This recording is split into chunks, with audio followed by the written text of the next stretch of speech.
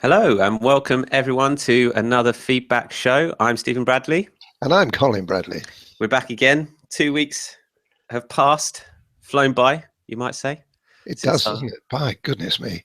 It's like our podcast when we were doing that. You couldn't believe it, could you? God, I know. 7 days gone.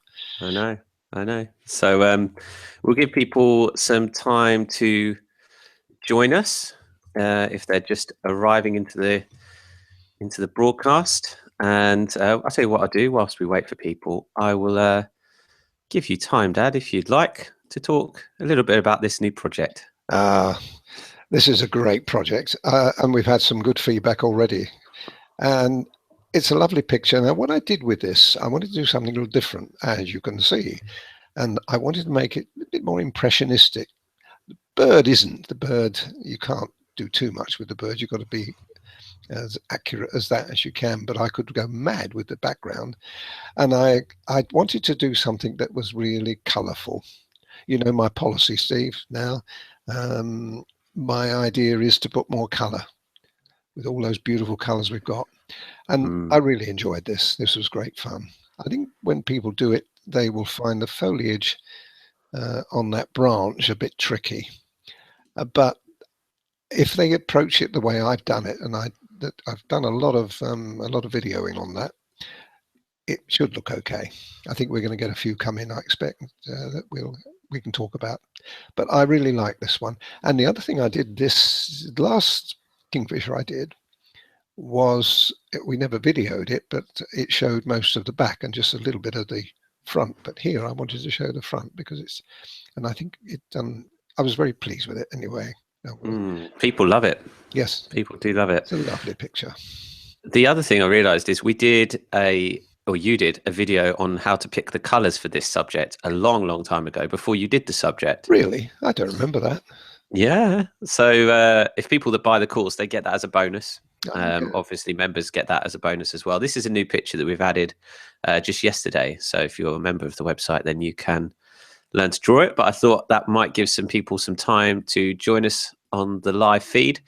So this show is designed to give you feedback on your artwork. If you're a member of Colin Bradley Art, and you can find out more about membership by going to colinbradleyart.com, then one of the bonuses we give is that we will give you advice and feedback on your artwork. And these aren't critiques. Dad, you're not a fan of the word critique. I'm not. It has a negative appeal, doesn't it? It does, yes. We've had so many, and I know from our members that how many people have been destroyed by some silly person or so-called artist, flexing their muscles and saying how, oh no, this is no good, horrible, all the negative things. So we don't do any of that. We say, hey, this is good. You've done a good job of it, which they have. Everybody who puts pen to paper or pencil to paper or paint to paper does a reasonable job according to their expertise level. And you mustn't decry that. Everybody will get better, and they'll only get better with encouragement. That's right. So let's crack on with the first picture then. So we're moving down. This was sent to us by Doris. This is the Siamese kitten, which is a project on the website, and we've put your one side by side. So Doris, a great job here. It's great. It's very good. What I would say is that the contrast on the ears particularly need to be a little bit stronger. Now, the reason I say that is because when you've got a picture of this kind, with not a lot going, we haven't got any, only got the face and the ears, or bits of the ears. So you haven't got a lot to go on. So you've got to make the best of what you have got. And in this case, that would have been the first thing I would have said. You need a little more strength. Really only needs the 181 put in there and strengthen a little bit.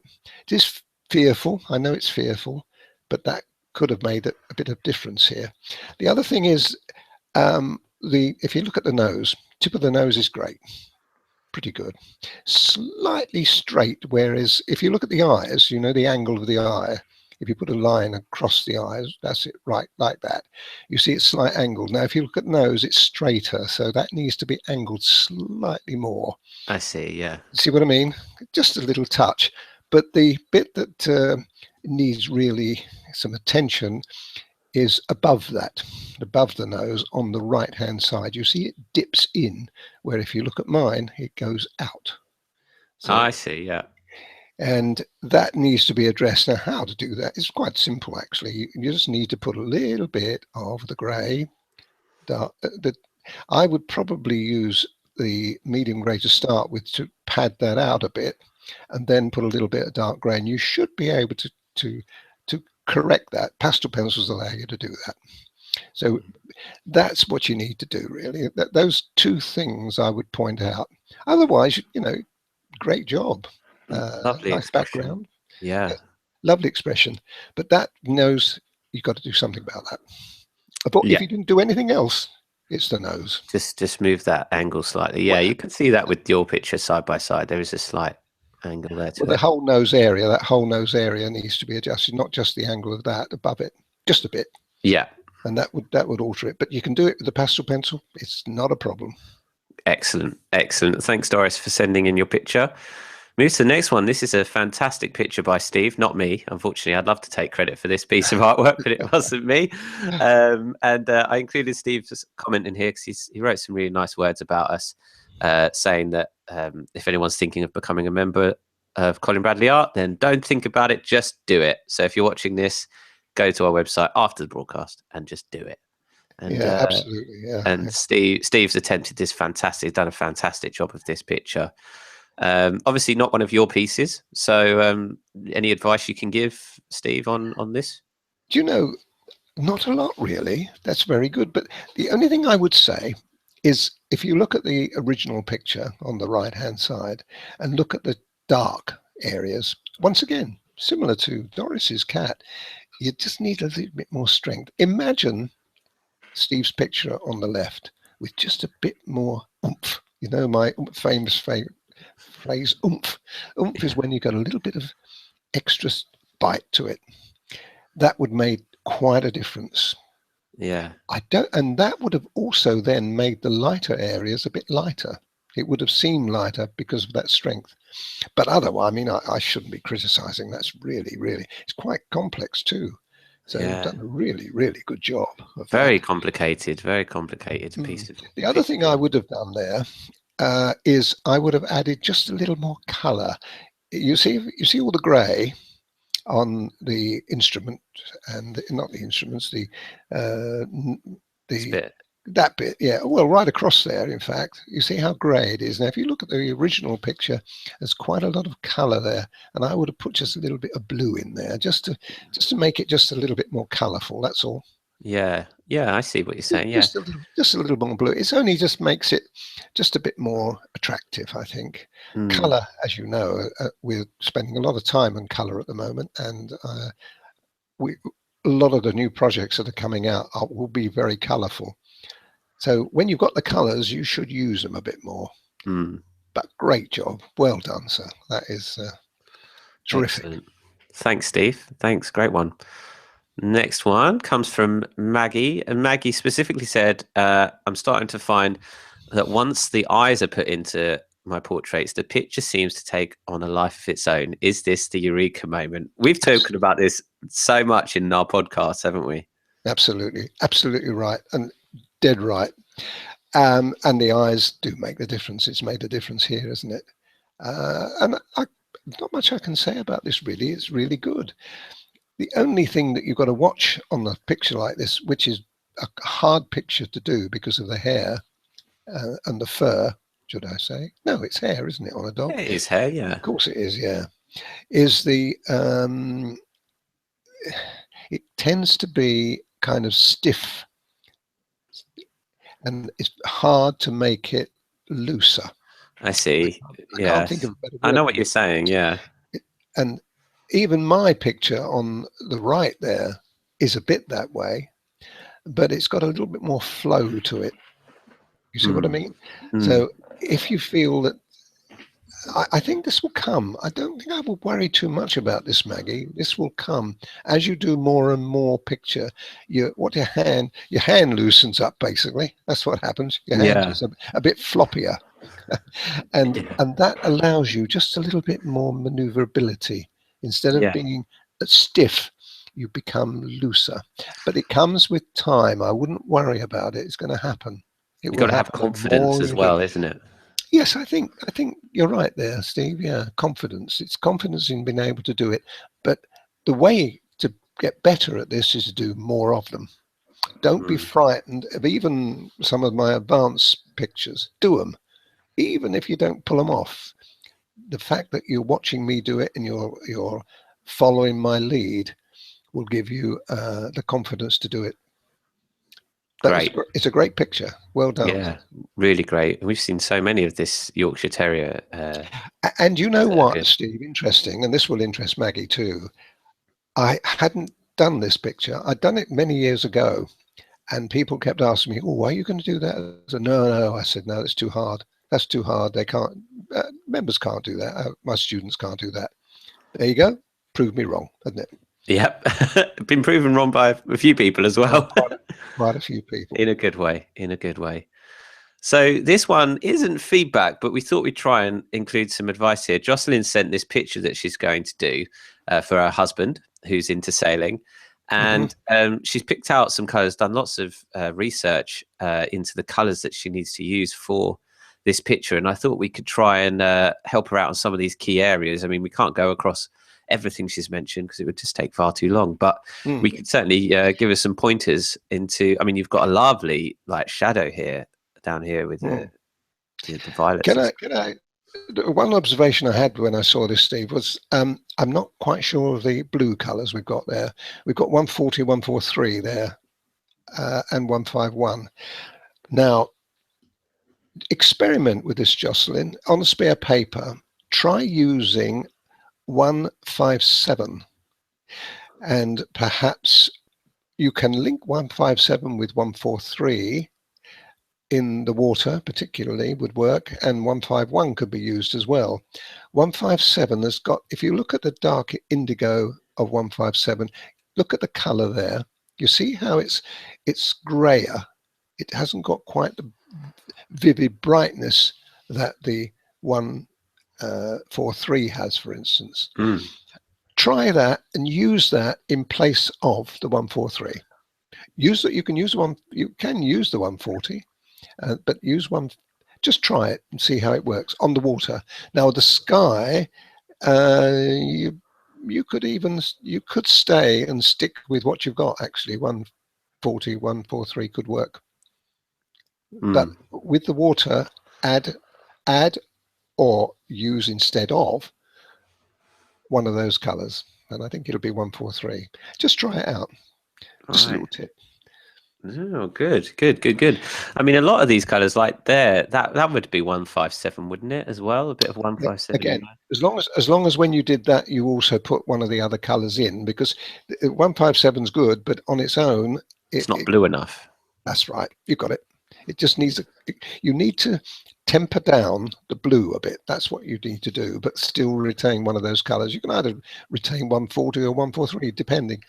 I mean, you can keep all those colours, but introduce the 157 somewhere as well. I can't tell you that because unless I did that picture, I wouldn't really be able to tell you exactly. But looking at it now, I can see 157 rather than the bright blues. Yeah. But the blue on the sail, that's an interesting one on the left-hand side. You know, that one, yeah. I don't know what they call that. Is that called the kite? I think so. Yes. Because 160 would be obviously the violet. Yeah, absolutely. Well, you're dead right on those colours. They're good colours. Yeah. I would tend, you've got the kite 101, 160, 138, but no mention of grey. Now, I would definitely use a grey there to start with. I would use the 230 Why as a is that? base colour, because 230 will give you a grey look to it to start with. So you're starting off with a greyish look. If you go in with the 138 or the 160, it's too bright. Look at those on the colour chart. You'll find that too bright. Yeah. So by putting a grey on, and even in the dark sail here, I would still put 230 in. And even that one, if you look at and introduce perhaps a little blue in there, maybe even the 157. Now that might work in conjunction with the 160 and 138. Could Right. work. It's We were, just playing with colors, really. we were talking about off air on another different topic about harmony in the picture, and Mm, using like a bit of 157 in all different aspects creates a harmony in the picture, doesn't it? If you can use the that's right. same color in multiple areas. That's right. Well, Mm. we used to have in our, we had a booklet, and is it still on the member site? I know we lost some of them, but if you can still find that booklet, it's called Guide Colors. Oh And yeah, we've what still got that there. Yeah. great. Well, what that is, it's worth looking at that booklet, because guide colors means you're working on a guide color that runs right through the picture. And that guide color, you go out one side of it, you go other side of it, but you have one color, and 157 could work as your guide color there. Hmm. In fact, you could have two guide colors. You could have a gray, and I would 233 would be a good color as a guide color there, and the 157. Those two could be, and they could interchange. They could go into the sail, for instance, the white sail as your shadows in there. There's all sorts of ways you can do that and Hmm. use those colors. It's the idea of that. The idea of the guide color was to give people an idea of how to use one tone or two tones and work with those tones one side or the other. If you look at all the work I do, you'll find that works all the way through my pictures. Yeah, really good tip there. Really good tip. The Guide Colors ebook is included in our membership, so if people join as a member, they'll get that. It's worth reading. Yeah. Yeah. Anyway, Jocelyn, I hope that helps with your picture, and do let us know how you get on. We hope to see it soon, and I hope that information's There's helped. one just before you go, Steve. There's one thing I've noticed there that you might look at. You know, the young lady there has got a blue. Yeah, see that?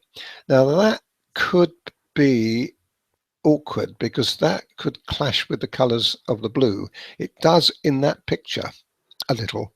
Mm. You see what I mean? You've got blue and blue, and you've got two different blues. Now, if I were you, I would then I would make that colour a little more like a light version of the water. Right. Slightly change the tone of it. Yeah, and make it lighter, make it a little lighter, because Mm. it's too close. And that's what I would do if I was doing that. I wouldn't use that blue as you see it there. I would change it to make it the same color as the water, but well, not the same color, a lighter version of it, say. And you do that by applying the greys below Yeah, it absolutely, the gray. to Yeah, temper the colour on top. that's right. Yeah. It's something you can make those kind of small adjustments when you're doing a picture. Mm. I mean, the worst thing you do is put a red jacket on her. That's the worst. Yeah, that would ruin it. Now, the idea is to say, well, yeah, but what if she was wearing a red jacket? Well, you'd find that the red jacket would be more in harmony with the picture. If you tried to put a red jacket in willy-nilly or off the top of your head, it wouldn't work. No.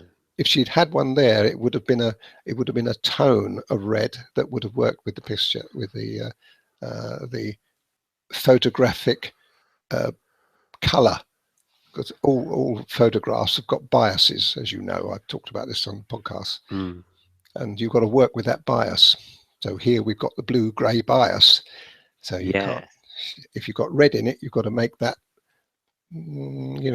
temper a little bit towards Mm. it.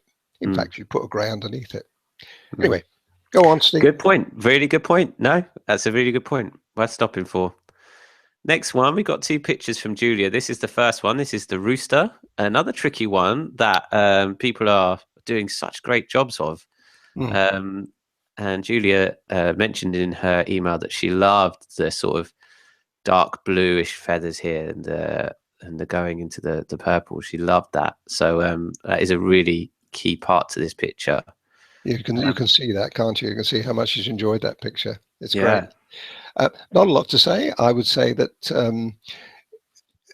contrast is, you see the white feathers on the back there. Oh yeah. Now, Yeah. well, if you look at my picture on the left, you'll see that those white feathers really stand out. But Julia's picture, they kind of a little fluffy. They kind of melt into the background a bit. All you need to do is make that background above the white feather just a little stronger. That's all. Like mine is. Just a small point, but it would make that difference because it's like a bit indistinct, I would say that was. Just Yeah. slightly. Yeah, that's true, actually. Yeah.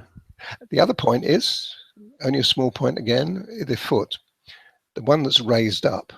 Again, if you look at the foot itself, it's got just a little bit of fluffiness above the, like a bit indecision. What do I do here? Do I make it dark or do I make it light? Now you've got two choices there. If you just wanted to change that as it is now, I would just put a little bit of light grey or white, preferably, across the top on the background adjacent to the foot. Do you see what I mean? Yeah. That's it, that bit there. Because then you'd have the contrast of the foot, which would be slightly darker against the lighter background. However, if you look at mine, I've got the reverse of that. I see. Yeah. I've got the light foot against a slightly darker background. Now, you can't do that unless you change the whole of the background. That's why I'm suggesting don't do that. Do it the other way. Make it just a little bit lighter on the background there, and that would have made that foot stand just that little bit better. You've got to make one or the other lighter depending on, so to give it that 3-dimension. Absolutely. You've got working on light to dark all the way through here, and that would have worked a little better. And the other thing I would have done there too, and you can still do it, is add a bit of shadow. If you look at the shadow from the feet, the bottom of the feet to the feather, you'll see there's a shadow that runs right along there. Oh, yes. And it's missing. Yes. That's a good point too. It's just a small thing, but it's something that would make a difference. But lovely. I can see that Julia loved that picture. It's a good picture. Really good. This is another one from Julia. This is the black and white Spaniel. Another hard one. And again, now here we've got a similar situation as we had on the Yorkie that we were looking at just now, with the stiffness of the fur on the ear, hair on the ear. Do you know what I mean? If you look at mine, it's like a little bit looser, more flowing, fluffy. Yes. Whereas but this is hard to do, and I'm not knocking Julie on this. It's hard to do. So I would probably suggest that at the moment is left alone, because you don't think you're going to make any difference there. But practice it, because that's lovely. And the other thing I would say, I'd question the background a little bit. I think that maybe you've got to overdone the background just a bit.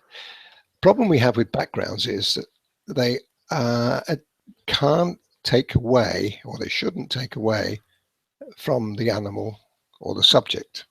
It should be complementary to it. And it's the subject that you see. Now, if you look at my picture, you see the dog and you think, oh, he's got a nice background there. You know, if you look at Julia's, you think, oh, there's a nice background. Oh, there's a dog there. So you have a slightly different approach to it. Now, so what I would suggest Julia does is just use some maybe light grey and just temper it down, so you can still keep the colours there, but you can weaken them a little, make them a little bit less in your face. So let the dog stand out more. Yeah. It would do if you make it a little strong. If you look at the nose, and directly below the nose, you've got a white. On mine, you've got white hitting a slightly darker background. Now, on the other way, you've got the opposite again, just like we had with the Rooster just now. We've reversed it. Yeah. So that kind of like, it's not quite one or the other. Yeah. So you have to make your mind up. When you've got a situation like that, you've got to make your mind up. What shall I do? And if you start off with a situation where you made it too dark, then the obvious thing is when you put the background on, you make it lighter, so you make it stand out. Now that's okay to do that, as it was, as I said, suggested with the Rooster. You could do it. You can still do that, but in this case, Julia, would be better to make that just a little bit more distinct, slightly darker. In other words, put a little dark on it, rather than just leave a little gap between the two. See? Yeah. Small point, but important, interesting too. Mm. The tricky one with this one, and we've referred to it for lots of people, is that it's one where you can put light into dark, and it sort of breaks that kind of rule of thumb of being able to do it with the medium, because and this is a good example for people to learn from, and we do point people in this direction to look at how you do it, because you've got to bring some light back into the hair on the ear, haven't you? That's right. That would be the ideal thing to do if you use the light grey to start with. Don't use white to start with, just look light grey. But again, though, Steve, you've got to practice this. And probably a good idea is to practice on some spare paper. Get some spare pastel paper and try, even if you just try a section of the ear that I've got there and try to make it, just a little bit fluffier. It's hard to do, but well, it can be done. Yeah. But as you know, if you've people have tried this and followed my video, we start off with the light grey there on that ear, where Julia's got the light on the top of the ear, adjacent to the face. That's it there. No, not there. Where it comes down, sort of. That's it, down there. That bit. Now you see, with mine, it's quite a distinct light area, and the danger is it looks too much the same. So by putting light grey to start with in that area and then building it slowly into the mid greys and then the dark grey, you get that distinct line, whereas at the moment we've got a little fluffy line. Yeah, that could possibly be brought back with a little bit of light grey and white. Yeah, but it's one of the hardest things to do. I mean, once again, we've got some really tough pictures that have been done here, and a really, really good job of them considering that. But it's all good news, because even if you don't pull it off the first time, you learn by it. And the second time you try it, it gets a little easier, and it gets a little easier. And we've got some cracking pictures coming up in the next few months that is going to help people enormously. This kind of thing. So, but once again, it's a good attempt. Well done, Julia. Well done.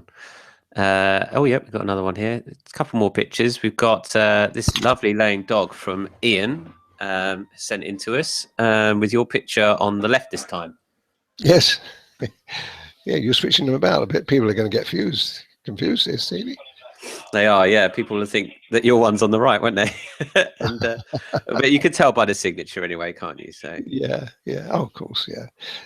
Once again, nice picture, lovely subject. You can't beat that subject. It's great. The only thing here we've got is a little bit of a problem with the left eye.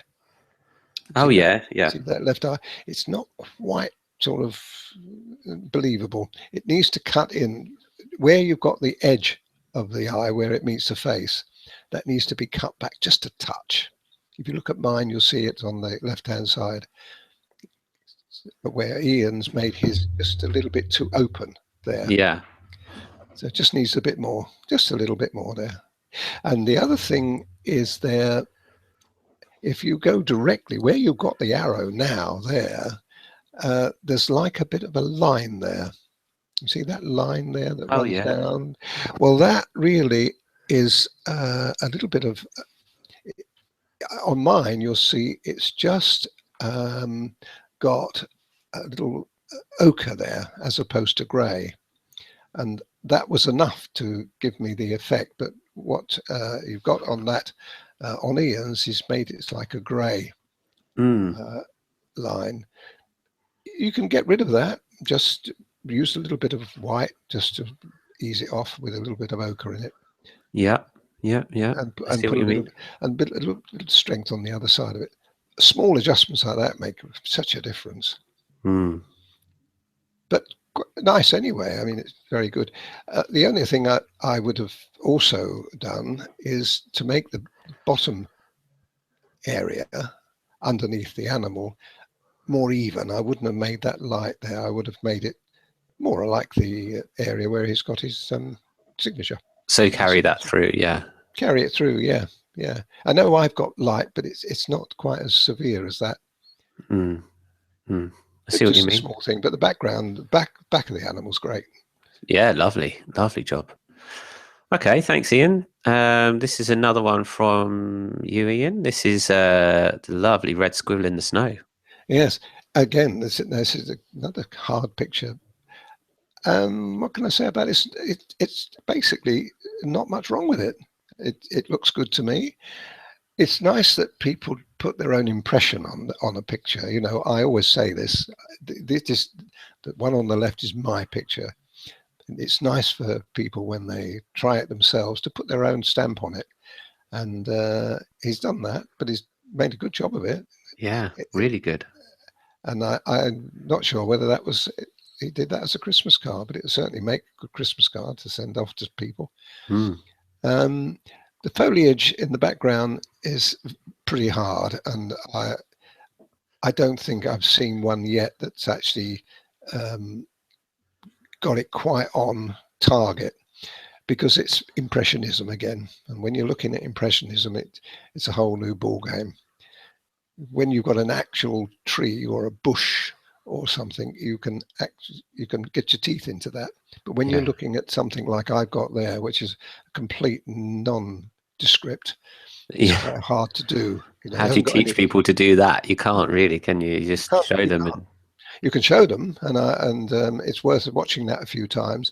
But over the coming months and into the future, foreseeable future, we're going to be showing you a lot of Impressionism.